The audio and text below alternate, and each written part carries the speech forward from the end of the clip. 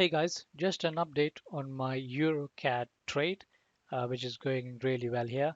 So why I took it was basically, if you look at it on the weekly, it broke through the EMAs and then went back up. It did do a pullback here, but I didn't get into it at the time because I didn't see it. Um, but over here, I was basically looking for the pullback again into these EMAs, weekly, monthly, 200, all in there.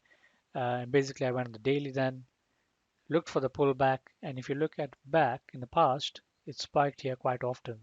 So basically, I put my entry right in there, stop behind the EMAs, and basically this is up now 104 pips, and you can see there on the 4 hour, I caught it right to the pip. Both the orders were filled in. I had increased my risk on this because it was an A grade setup. And what I'm going to do now is because there is the New York session coming in soon, we have the FOMC statement later on.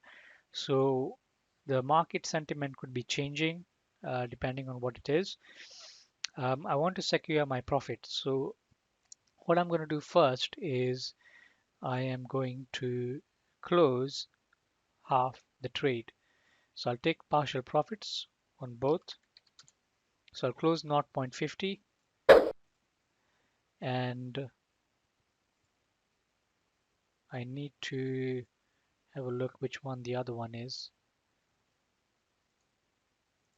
So here, close 0.50 on both of these orders, and I'm going to move my stop to break even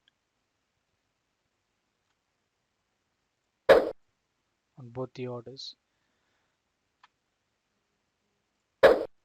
So that's basically me running the trade risk-free uh, during the news, and my overall profit target is 185. So I've done 100 pips so far.